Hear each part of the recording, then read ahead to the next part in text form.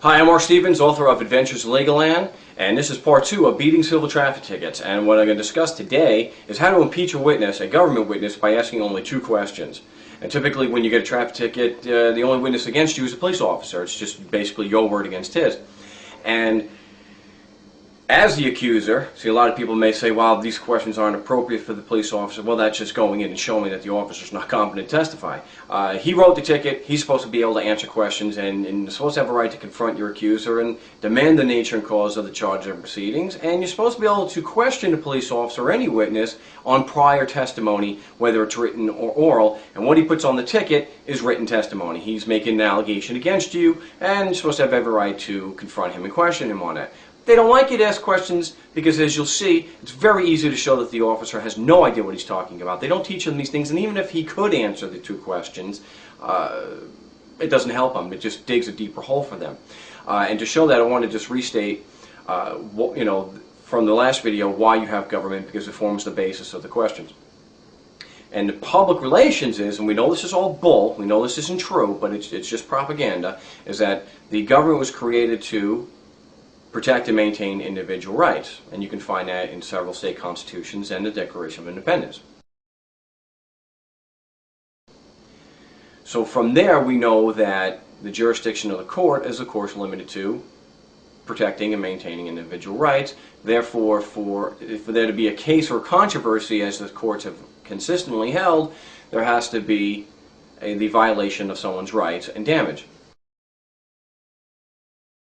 So the police officer, like everyone else, is required to file a valid cause of action, because without a valid cause of action there is no standing, and the court acquires no subject matter jurisdiction and cannot proceed against you, or anyone for that matter. So the question is to have him impeach, and what I mean by impeach is just to show that he's legally disqualified from testifying, that his testimony is inadmissible against me, you, or just whoever happens to be the defendant in that case. It doesn't mean he's removed from office, though that would be really good. That would be spectacular. However, that's not what it means. It just means he's not qualified to testify, and legally the judge has no discretion to accept his testimony, so it's got to be thrown out, and including his prior testimony, which will be the ticket. So the 2 questions are this. I like to give the police officer a copy of the ticket. I'll hand him a copy and ask him, did you file a valid cause of action against me? Now, of course, he's going to have to say yes, and they usually allow him to answer that question because it's pretty obvious. If he doesn't have a valid cause of action, there's no standing, and the court has no subject matter jurisdiction, and the case has to be thrown out because the court is established to protect and maintain individual rights. It's the second question, to follow up, that will cause usually both attorneys representing the police officer to jump out of their chairs. And the question is, how many elements are in a valid cause of action? And usually his attorneys will jump out of the chair yelling, objection, calls for a legal conclusion, the witness is incompetent to testify.